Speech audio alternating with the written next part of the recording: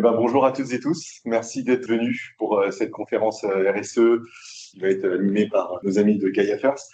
Gaia First, c'est une association qui œuvre chaque jour pour un avenir durable pour l'humanité et la nature. Donc, on les en remercie pour ça. Et donc, aujourd'hui, son président, Jamie, va nous présenter leur dernier projet, Marine Nostrum, leur dernier brillant projet qui va servir aux gens de découvrir tout l'environnement biomaritime et mettre en place des synergies au niveau des interculturels pour la protection des espèces animales. Merci. Bonjour à tout le monde, merci d'être venu. Donc effectivement, étant donné qu'on est ici à la Défense, j'ai essayé de mettre tout ça en perspective plus orientée vers le business, sachant qu'il y a une forte partie qui est sur la protection de la vie marine, de la biodiversité, mais aussi sur l'éducation. Mais ça, on va affiner plus tard dans la présentation. Aujourd'hui, effectivement, je voulais présenter un aspect très important qui façon de manière très importante toutes sortes d'activités qu'il y a dans le monde. Donc, c'est l'océan. L'océan, ça a été historiquement vu comme une force sauvage, une force riche, exploitable, mais aussi dangereux parce que cette force-là, étant donné que c'était pas maîtrisable, donnait de l'incertitude, donnait de la faiblesse à toutes sortes d'opérations et surtout quand il y avait quelque chose qui dérapait hors de contrôle, ça allait porter des pertes incroyables. Et c'est exactement ça. On se trouve aujourd'hui avec un allié très important qui est l'océan, mais en même temps, on n'arrive pas à les maîtriser, à les comprendre et à optimiser les activités qu'on peut faire, on peut déployer avec.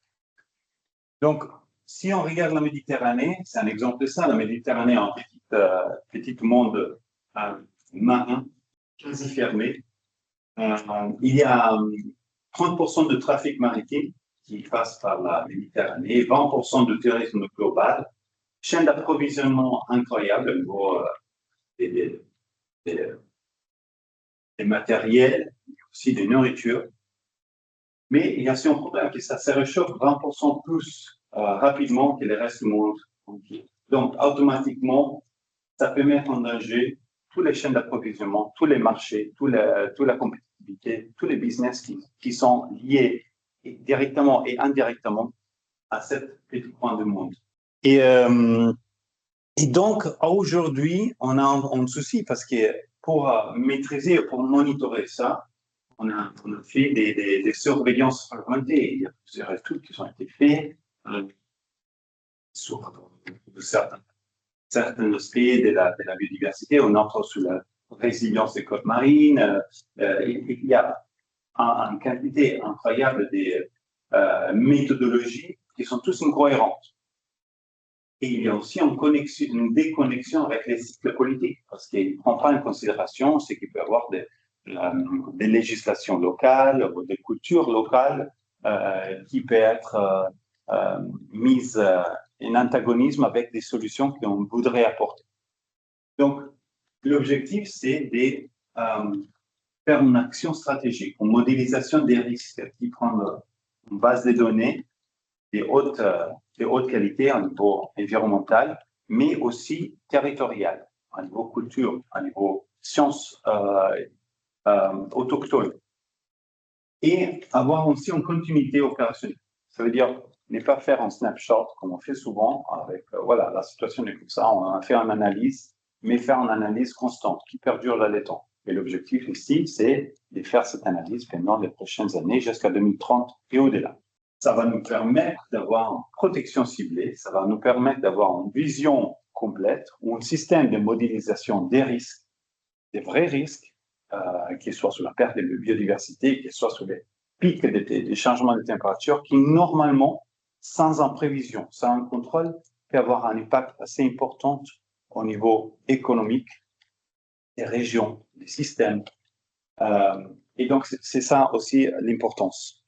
Donc, aujourd'hui, les plus, disons, si on part toujours en manière monétaire et économique, on voit que les assureurs, avec ces changements climatiques, ces changements de conditions qu'il y a dans la nature, ils n'arrivent plus. Ils ont des modèles qui sont obsolètes, donc ils n'arrivent pas vraiment à calculer les canicules marines, les inondations côtières, qui commencent à coûter énormément les assurances. Les impacts aussi pour le business, les pertes d'assurance, les modèles qui sont obsolètes, pas seulement sur les catastrophes en termes de température, en termes des mouvements des eaux, mais aussi les catastrophes en termes d'espaces invasifs, espaces qui sont pas seulement invasifs, mais un détruisement, la perte de biodiversité, la perte des gestions des ressources marines. Les opérateurs énergétiques aussi, ils ont des vrais risques physiques d'instabilité environnementale externe. On parle d'éoliennes sous la mer qui sont de plus en plus en vogue pour qu'ils étaient. Là, c'est très important d'avoir des systèmes stabiles qui ont pu prévoir la résilience et on peut dire la gestion physique en mer des structures. Il y a aussi l'impact sur le business, les menaces sur les infrastructures offshore, la complexité et la conformité des ESG aussi. Dernièrement, il y a aussi les innovateurs, les startups, ils ont un manque de visibilité sur le terrain. Je parle des Blue Economy, il manque des systèmes de risk assessment pour le Blue Economy parce qu'il n'y a pas de données, il n'y a pas de compréhension, il n'y a pas de modélisation. Et voilà, les données sont fermes, freinant le développement de l'écosystème et freinent le développement de l'écosystème d'innovation. Donc, tout ça, l'objectif, c'est de pallier à ça. Et pas seulement de pallier à ça, mais de transformer l'océan comme atout stratégique, la connaissance de l'océan comme atout stratégique pour optimiser tous les systèmes. Donc, on a entré, donc il y a l'incertitude de l'océan, c'est que nous, on va faire les données récoltées, qui, je répète, des données haute résolution, des systèmes d'alerte, de validation ESG, mais il y a aussi la participation locale, des connaissances environnementales locales, les gestions, l'information sur les gestions, sur les cultures, sur la gouvernance locale, tout ça rentre dans ce système d'intelligence océanique qui nous amène à des conformités réglementaires prouvées localement, les croissances de l'économie bleue et la réduction des risques financiers liés à toute action. Donc, ça devient un atout essentiel pour pas seulement développer des solutions maritimes, mais aussi pour les optimiser, celles qu'il y a actuellement. Donc, ça devient, voilà, les systèmes d'exploitation pour OS, okay, de la Méditerranée. Système d'exploitation, ça ne veut pas dire exploiter. Simplement, c'est comme un ordinateur, tout passe, les flux passent, l'information passe par là, et ça nous permet de définir des actions, de définir comment gérer, comment améliorer la gouvernance, comment améliorer les actions vers la nature, sous protection, comment et les informations qu'on va récolter. Donc, d'un côté, il y aura l'information scientifique, donc l'ADN environnemental. Ça, c'est un système d'analyse qui n'est pas invasif. Il y aura des mesures de puissance. Il y a la cartographie de la pollution, les enregistrements des savoirs traditionnels. Aussi, tout ça tissé avec des données satellitaires. Et on a aussi un accord avec CEPAS qui va récolter des données satellitaires, qui est la température, qui est les courants, l'acidité, la présence de phytoplancton. Donc, il y a une énormité de choses qu'on va mettre en jeu. Ça, c'est l'exemple, par exemple, l'IDNA, donc c'est l'ADN environnemental. On a une énormité d'échantillons qui vont être faits sur les 3 prochaines années, 350 environ. Ça, c'est qui un exemple. Et l'objectif, c'est de faire la temporalité, de couvrir les saisons différentes sur 3 ans, de comprendre comment les espèces peuvent changer, les présences des espèces invasives, la présence, la fluctuation des espèces locales qui sont importantes pour les activités lithiques ou simplement pour la biodiversité en général. Donc, on va avoir une vision et comme ça peut être intégré dans des protocoles ouverts et standardisés, mais aussi qui vont bénéficier le monde scientifique et académique, mais aussi intégré avec les autres données qu'on va récolter pour comprendre comment on peut faire pour améliorer, pour réduire la perte de biodiversité, améliorer la présence améliorer la présence des espèces qu'on cherche vraiment qui sont importantes et qu'on veut protéger. Donc, pour faire ça, un système, les networks qu'on va opérer vont récolter donc les informations brutes, on va les analyser, on va faire des modèles de projection et d'analyse afin de nettoyer, uniformer et conformer toutes ces données afin de voir une distribution, donc flux de données pour les decision makers, donc que ce soit les parties gouvernementales, les entreprises, les administrations locales, les scientifiques. Donc, ils vont avoir quelque chose d'utile, pas simplement pour décoder l'océan, mais les monitorer, prévoir et aussi l'optimiser.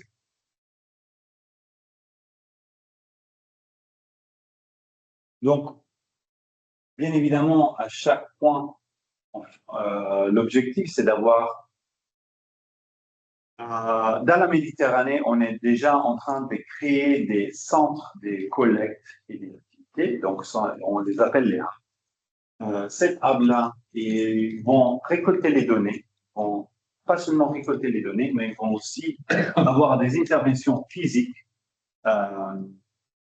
pour améliorer aussi la gestion locale.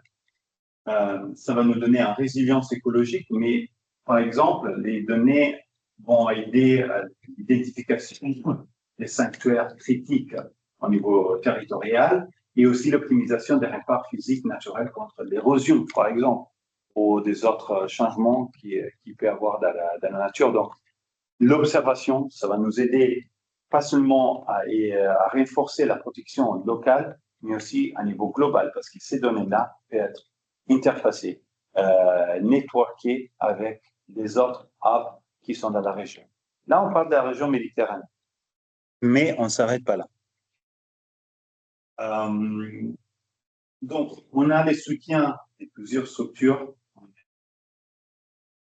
par rapport à ces projets qui ont uni la partie scientifique avec la partie culturelle et éducative. Ces systèmes-là, ça nous permet d'avoir aussi un système qui intègre les connaissances scientifiques et les connaissances traditionnelles locaux, cultures locaux, afin qu'on puisse avoir des outils pour créer de nouvelles lois ou de nouvelles structures de gouvernance qui sont facilement acceptées par les locaux, parce que justement, ils prennent en considération leur culture, le coutume et aussi la biodiversité extrêmement spécifique qu'il y a à chaque endroit.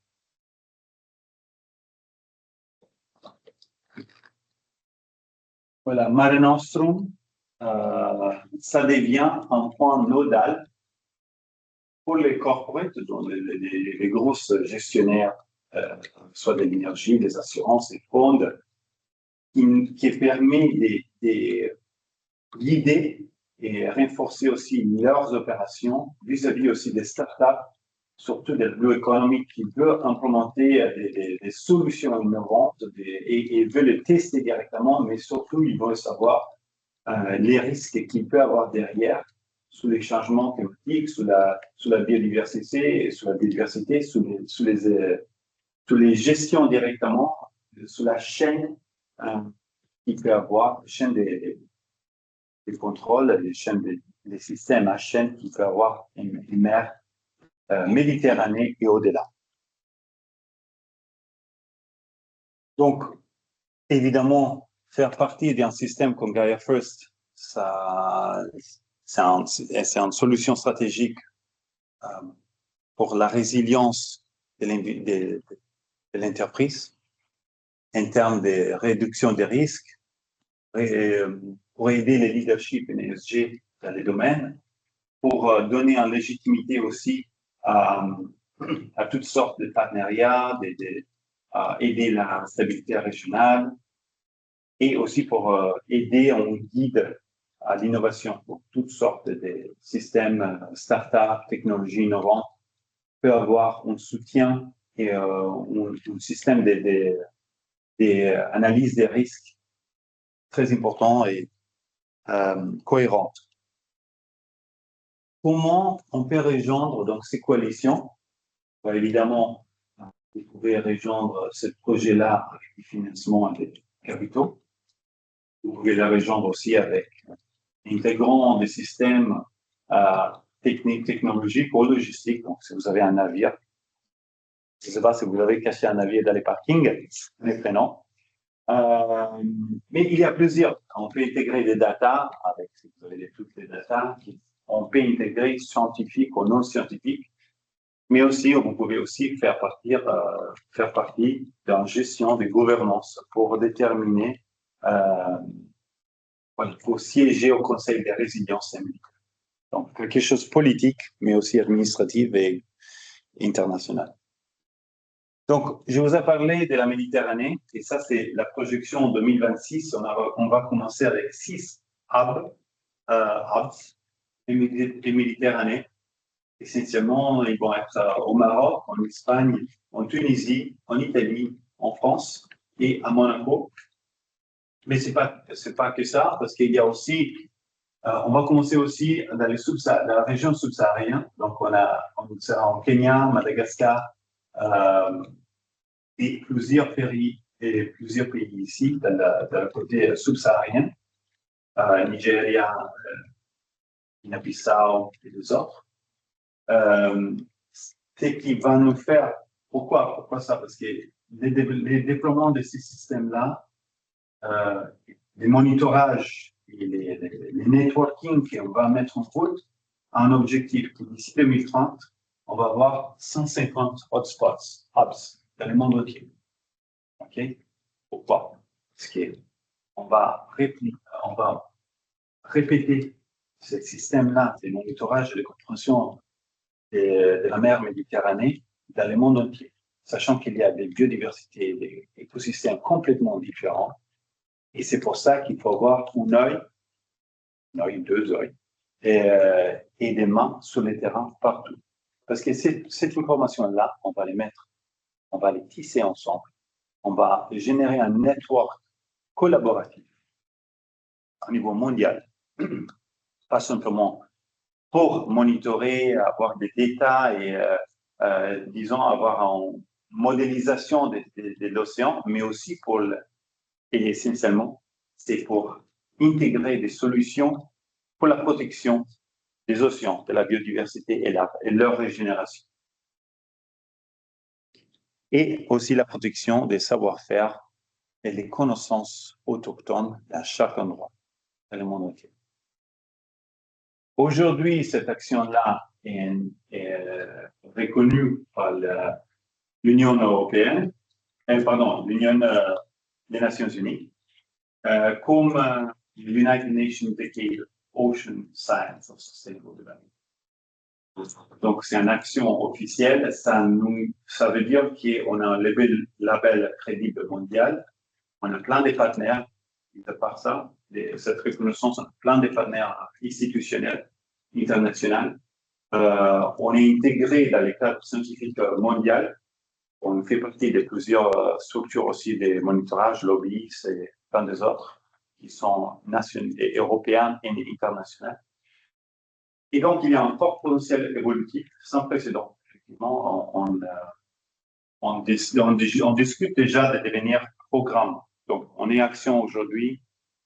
La prochaine étape, c'est de devenir programme de la décennie des océans.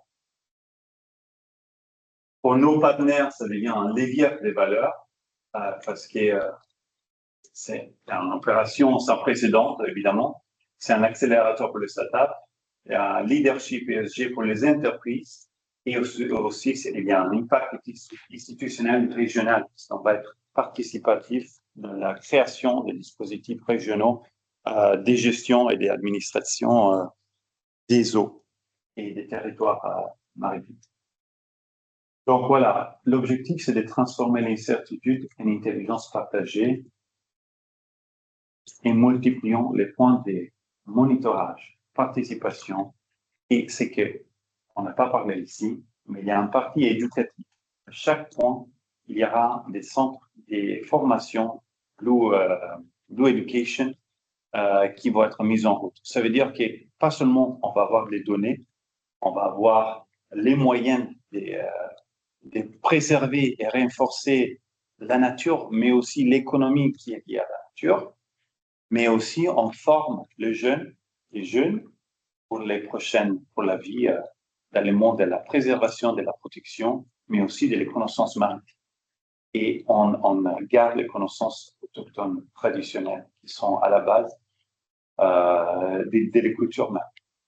Et donc, voilà, on est là pour vous dire ça. Et si vous voulez faire partie d'un partenaire stratégique, bienvenue dans le groupe. Il y a une autre chose.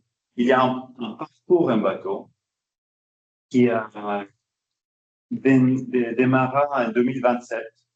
La partie de la Méditerranée devait partir septembre 2026, mais avec la crise qu'il y a eu pour la crise, non, mais la situation géopolitique de la guerre a été repoussée à 2027. Donc ça aussi fait partie du programme.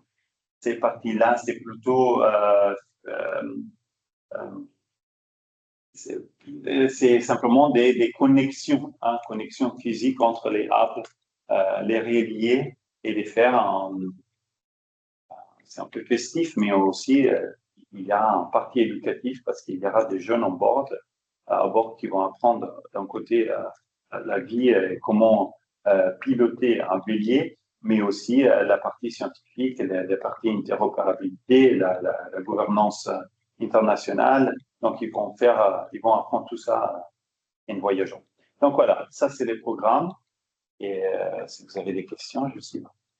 Heureusement, je suis là. Vous les demandez directement. On n'est pas beaucoup. Donc. Vous avez tout compris? Bon parti? Okay. Après, désolé, mon accent est japonais, comme vous l'avez bien entendu. Donc,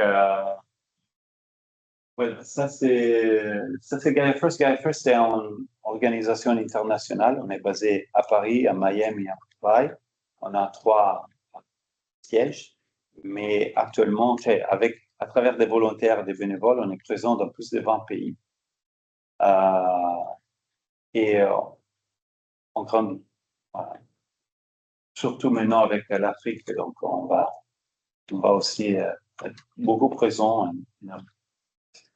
J'ai une question. Comment la mission GAIA s'insère dans un projet qui est un projet européen, je crois, Mercator, qui est vocation à développer le jumeau numérique de l'océan. Ouais. Donc, il y a une bonne partie de votre mission, si je comprends bien, qui vise à numériser un certain nombre d'étapes. Ouais. Et comment vous passez ces deux missions qui sont en parallèle, qui Alors, nous, on essaie d'intégrer tous les systèmes. Donc, l'Europe utilise OBIS, à travers Mercator aussi.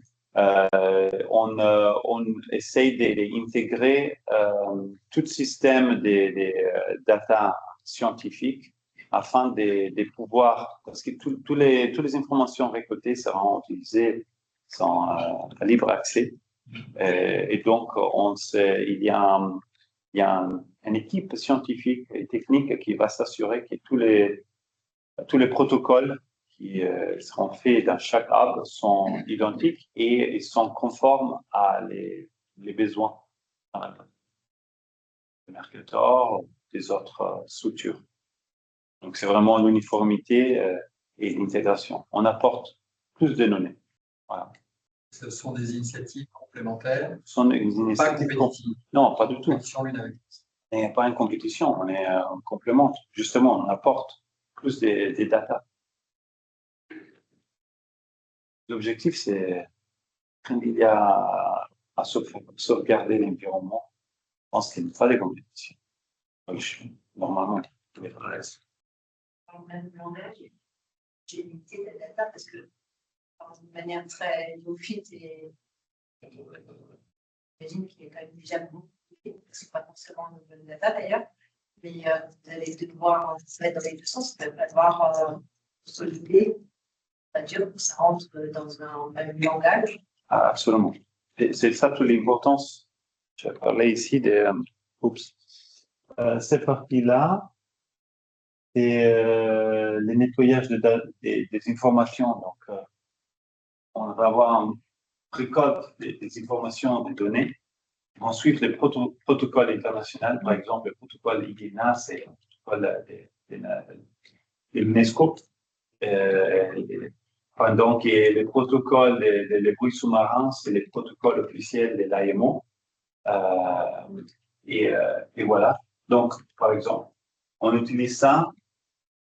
Et dans ce niveau-là, on va faire la traduction par rapport à les services différents. La traduction pour les Mercator, pour des autres besoins. Comme j'ai anticipé avant qu'on est partenaire aussi avec le CEBAS. CEBAS, c'est un système, c'est un programme des Nations Unies qui est le monitorage des SDG, donc au niveau mondial à travers les satellites, donc depuis l'espace. Eux, ils ont une vision satellitaire de l'espace, ils ont besoin de confirmer les données sur Terre ferme. Donc, on est là aussi pour intégrer nos données à leur système. Donc, on fait partie aussi d'un programme très vaste, mondial. C'est pour ça qu'on parle plusieurs langues en même temps, mais les informations, il faudra les transformer par chacune. Après, de finance, aujourd'hui, vous avez le statut d'association, vous êtes une entreprise d'intérêt public, comment ça fonctionne? Alors, on a un statut d'association 1901 pour le moment, on est organisme ONG, donc organisme non gouvernemental international. Aujourd'hui, on est financé par des petites entreprises, des moyennes entreprises et des donations des philanthropes. On vise vraiment un soutien plus important par rapport à ces programmes, à travers les partenaires, à travers les systèmes data qu'on va partager avec le gouvernement pour les décisions, pour le foot. Mais aussi, on vise de devenir en modèle hybride. On va monter un petit peu des structures pour accueillir l'engagement gouvernemental.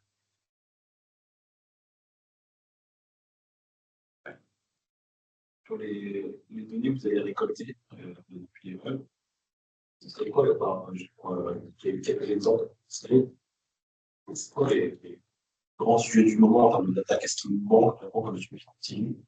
C'est le tourisme, c'est c'est qu'il montre. Il y a beaucoup de focus aujourd'hui sur les EDNA environnemental et ADN environnemental. Et il y a beaucoup de focus là-dedans pour plusieurs raisons. C'est plutôt pour monitorer aussi la biodiversité et les fluctuations de la vie qu'il peut avoir. Mais d'un côté, de l'autre côté, il y a aussi beaucoup de pressions pour les bruits sous-marins. Il n'y a pas vraiment des études encore qui relient les deux ensemble, et ni qui relient ça avec la pollution, monitorage de la pollution, les flux de pollution, ni qui monitorise ça aussi avec les changements qu'il peut y avoir en température. Donc, il y a plusieurs choses qui ça nous permet de relier entre eux et de ne pas avoir un snapshot, de ne pas avoir une vision à un moment donné, mais de voir comment on filme, voir sur la progression temporaire. Donc, aussi pour voir si les changements qu'on apporte en retour directement. Bon, ça, c'est les stadiums depuis une on a un coup de fête de milieu et c'est pas prévu d'avoir des moment, on a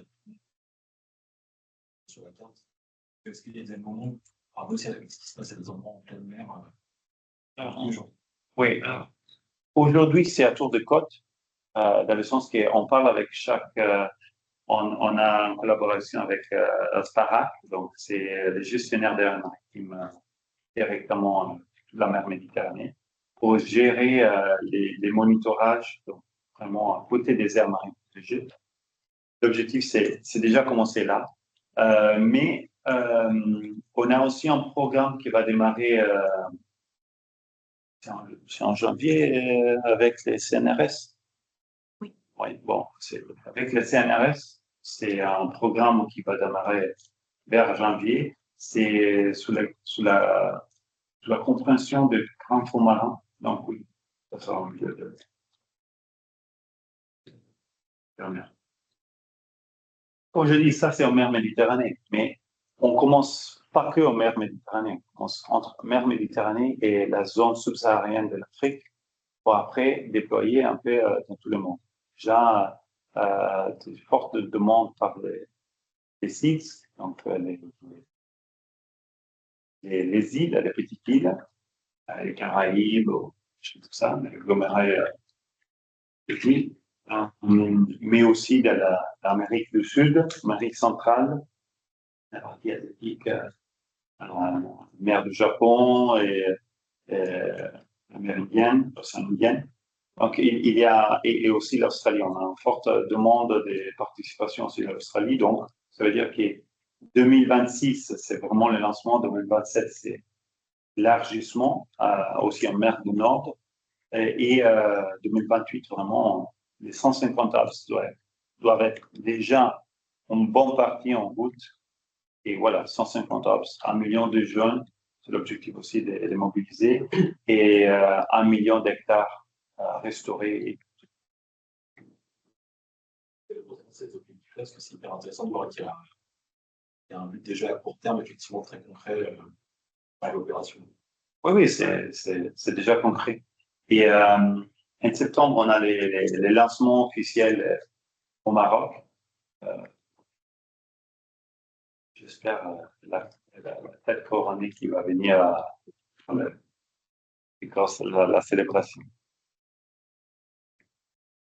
Des autres questions? Si vous n'avez pas des autres questions, je pense que vous avez faim. En tout cas, merci Jenny pour la présentation. Et donc effectivement, bon, ça, le document, on pourra vous le faire parvenir, l'enregistrement vidéo aussi. On vous a prévu le petit buffet déjeuner.